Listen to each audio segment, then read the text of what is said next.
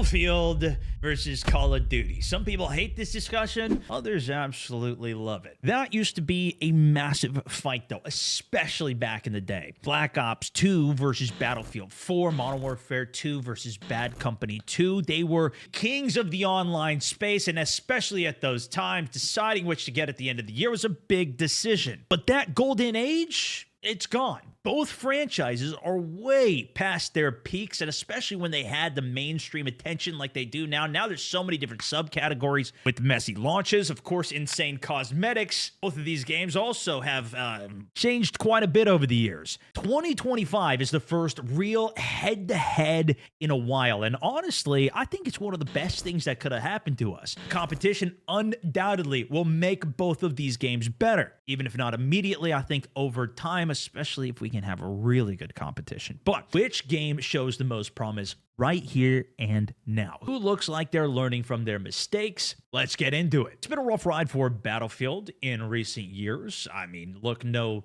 further than the outcry for no pre-orders that went viral, just that concept before the beta not too long ago. Battlefield 5 even had a tough launch before 2042, and its player base never really reached the heights of Battlefield 1. That with, of course, Battlefield 5 not even completing their roadmap before 2042's launch was a massive failure for the studio. And then with 2042, of course, missing the Battlefield DNA with no classes, no server browser, buggy netcode, tons of issues. The game's come a long way since its actual launch, but there's a reason why the player base never really reached its heights of for Battlefield 1, even that game not beating out Battlefield 5. And the road for Call of Duty hasn't been much better. After the massive initial success of Warzone and Modern Warfare 1, which reinvigorated players like crazy, myself included, I hadn't been playing COD like I used to really until that launch. The franchise's identity has definitely wavered in recent years. Even if you still love COD, I know a lot of you guys do,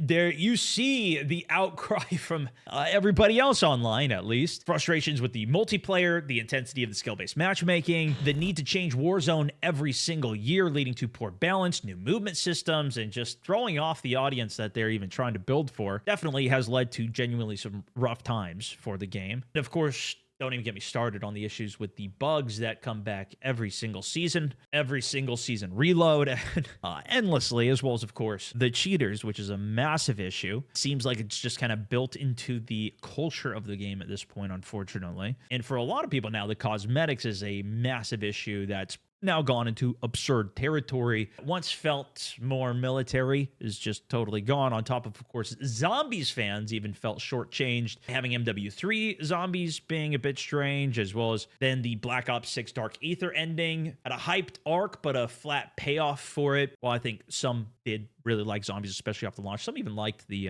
Modern Warfare zombies. I only played it for a bit, but maybe it's just people complaining more, and that's what I'm seeing. You guys tell me what you think about it, but I do see complaints nonetheless. And on top of all of this, the insistence of having all COD games under one Call of Duty HQ banner means that file sizes have ballooned up to ridiculous sizes, and even I saw recently, I think they did drop it down, but it made you uninstall the game and reinstall. There's always so many updates going on for having to reinstall, refix your settings, refix things, which doesn't help because then it's all, it also still has all the bugs. And this is a special time. Obviously, a lot of people are talking about this topic right now, but it feels like even if it's just amongst players, amongst yourselves, I'm sure you guys are talking about it with your friends of which game are you going to get? Are you not getting? Have you seen what they're doing? Whatever, right? It does kind of feel like the tides have been turning. Battlefield 6 is on the horizon, and it sounds like they've been listening to players. Their communication has definitely been a step up, especially recently. Their new Battlefield Lab system has been doing wonders for PR, actually testing things, and for once, it looks like that they're actually taking the players' thoughts and feedbacks into account. Classes are back. Gone are the specialists from 2042.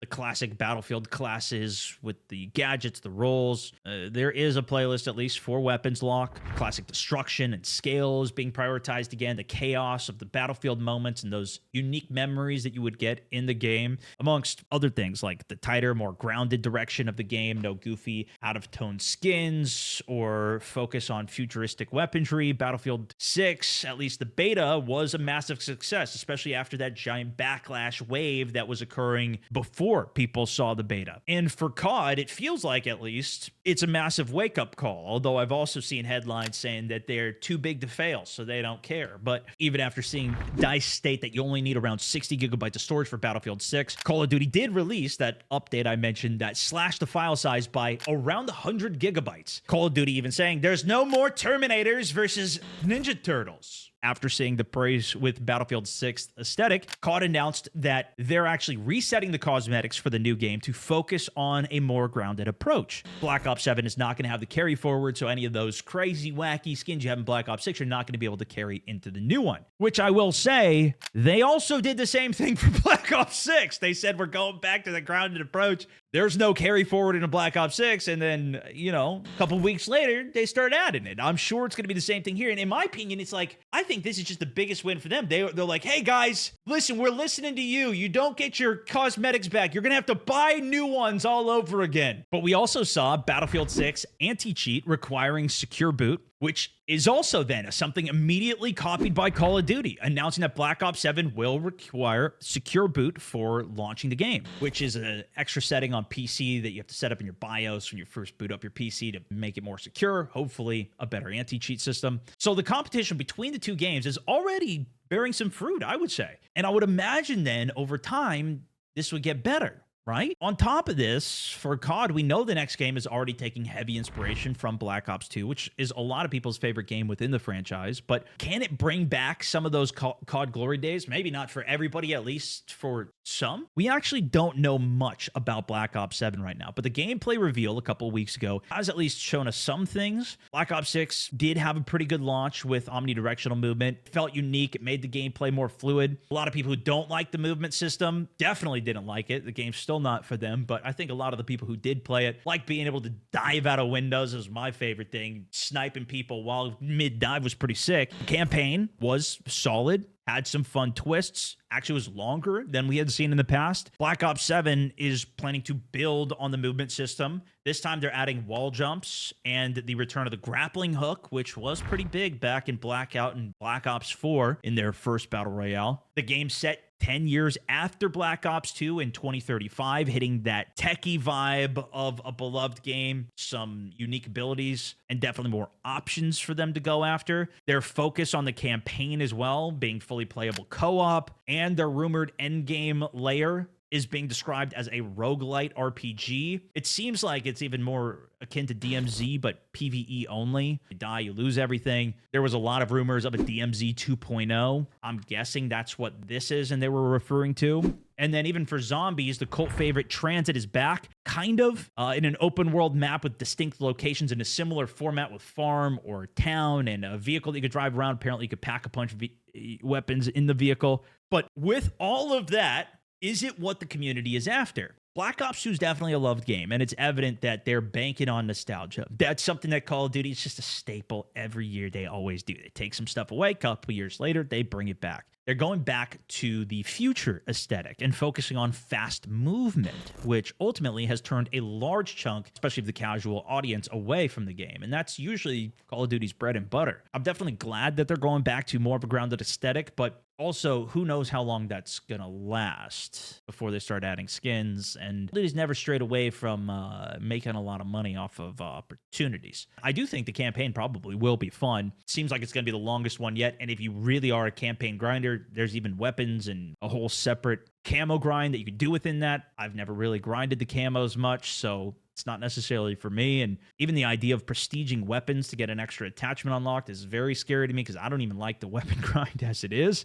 But in the reveal, they didn't really show us the multiplayer gameplay, at least relative to what we saw in Battlefield 6. We're not going to see that until COD Next, which we'll probably focus on with another video once that's out. But they haven't shown too much out of the ordinary from the classic Call of Duty you would expect every year, the thing that, of course, millions of people even just come back for, that same experience. As for Battlefield 6, because it looks like Battlefield 6 is delivering on really everything people were asking for from it, the core Battlefield restored, classes, vehicles, big destructible maps, they're also delivering on the first campaign for a while. Looks darker, more serious, while showing off classic set pieces like the old COD campaign was really famous for. DICE has showed that they can listen with some of the changes that they've made from Battlefield 5 in 2042. And through labs and the beta, they've rebuilt a lot of trust with the audience. Of course, still to be determined on the launch, at least as we're recording this. They don't really have a zombies competitor, but Battlefield 6 does have portals, which could be massive for the game, and people could even create a zombies-style mode within. It's effectively a modding tool where people can create and share their own gameplay modes. Think about how much tools like this have done for Fortnite, or even for Black Ops 3, or even for games like Halo with their Forge in the past. Still here now,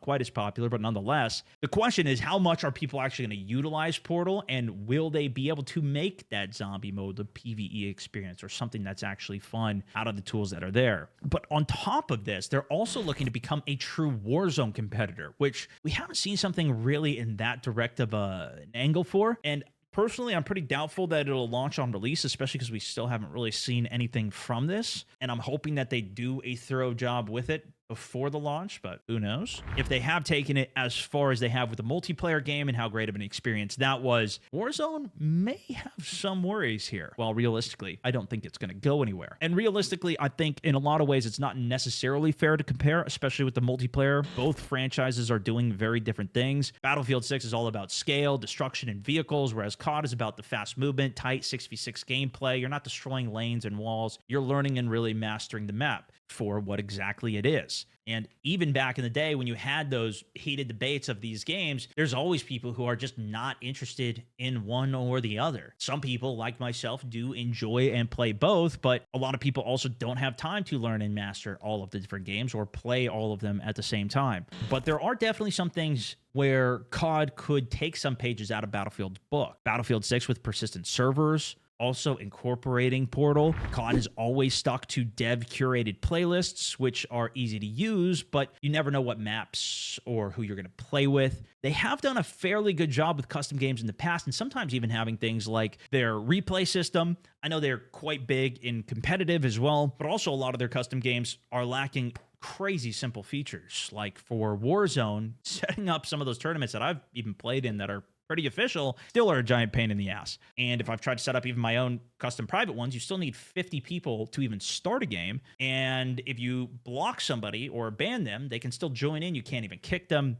They're missing so many basic features. Multiplayer private lobbies in the past were actually quite good for COD even. Battlefield 6, you play these custom portal modes too, and you still get XP. You still get progress towards your main game. And realistically, there's obviously a time period difference between these two games. And a lot of people still really like modern military shooters. That's where Battlefield is placed. Usually the more sci-fi territory that Black Ops 7 is going into becomes a bit more niche, just like going into the past becomes a bit more niche. Craziest thing though is if both games launch clean in a perfect world, I think this is the healthiest the FPS space in this area really has felt in years. We do have some competition again. For some people, Battlefield is just not their game. This looks like just another Battlefield game that they've never been interested in the first place. For others, COD is delivering them their game they always enjoy and appreciate. For others, Battlefield is back to something that they haven't seen in a long time. It's just been nothing but complaints since 5 in 2042. And these games come out so much more infrequently than what we see from COD's yearly releases, right? We haven't seen 2042 since 2021 that came out.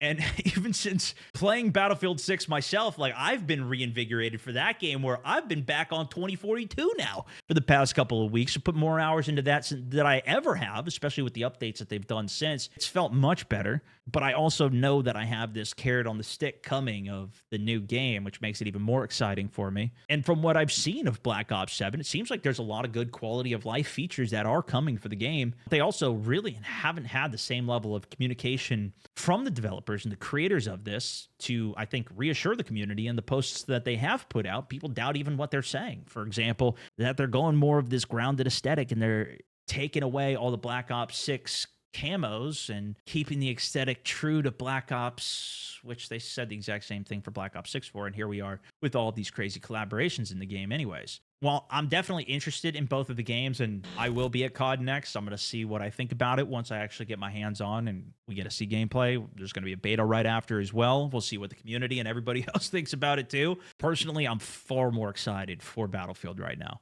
especially because we just haven't seen one that's delivered in the same way that I remember from a lot of this game in the past. And I still am not convinced that it's going to be like a 1,000-hour plus game for me. Maybe the Portal will do that. Still very skeptical on the launch. I'm skeptical on the Battle Royale. I think a lot of people are. Is that going to take away the resources that multiplayer and single player probably need to develop this whole other community and audience? I don't know. Halo didn't go into that venture, and a lot of people were hoping that they'd get into BR.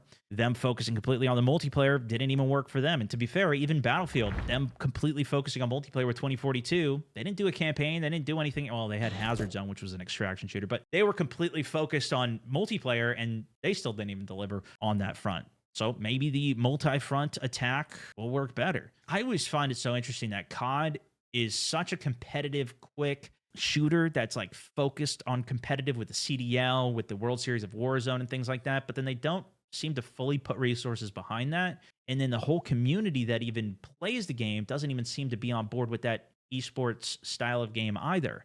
Again, me personally, I've never really been interested in any of that, only watching maybe the finals of certain things. I felt the same way about PUBG, though, as well. They initially came out and they said, we're going for like modding and you're going to be able to do all these custom things. Like that was like we did back in Arma. That's how the game actually had started before. But then they decided to shift directions and go completely esports. And then I kind of fell out of that game as well. But of course, put thousands of hours into it. If Battlefield, though, ships with stable servers, strong maps, they actually deliver on the big map front, and I think really support the game after launch. That's been the big miss for them, especially in recent years, because they have to spend so much time fixing the game that they launched broken rather than delivering new content. If we can have that stable launch and then have good continual content released for it, this might be the first time that they actually take some of the audience from COD. And I realistically don't think that there's going to be a COD killer. It's just, it really is too big of a game. It's so popular. People casually play it. They enjoy it. I play it. I enjoy the game. I'm still going to check it out. And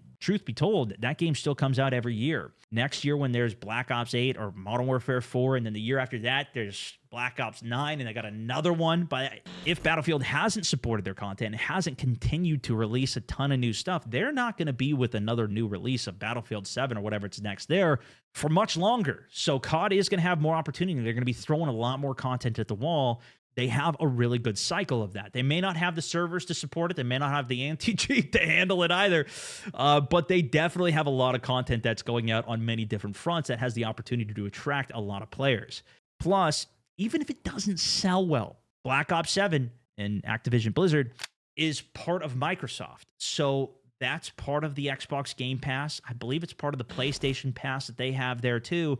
So you don't even need to pre-order and buy the game anymore for Call of Duty. You could just download it and play it when you have that opportunity, when that map that you remember comes back, the zombies sounds interesting and your buddies are on it or whatever. It's still going to be something that's there to play. And again, while these games are not necessarily the best to have a big back and forth, here's the competition and how they stack up, whatever, I do think it is a discussion to be had. And it's definitely one that I have with my friends. It's something I see around on the internet and comment sections and everything. And so I thought it would be a good topic to bring up today, and as well as look back on once we're in the future past these releases, looking back at this time of what this was like to see kind of where it was at. Hopefully you guys enjoyed the video. Agree with me? Disagree with me? Let me know in the comments down below. Give it a like if you enjoyed. Make sure you subscribe to see all the latest from myself. I'm also live every weekday right here on the channel, StoneMount64, as well as Twitch, Facebook, everywhere out there. Until next time, thanks so much for watching. StoneMount64, over and out.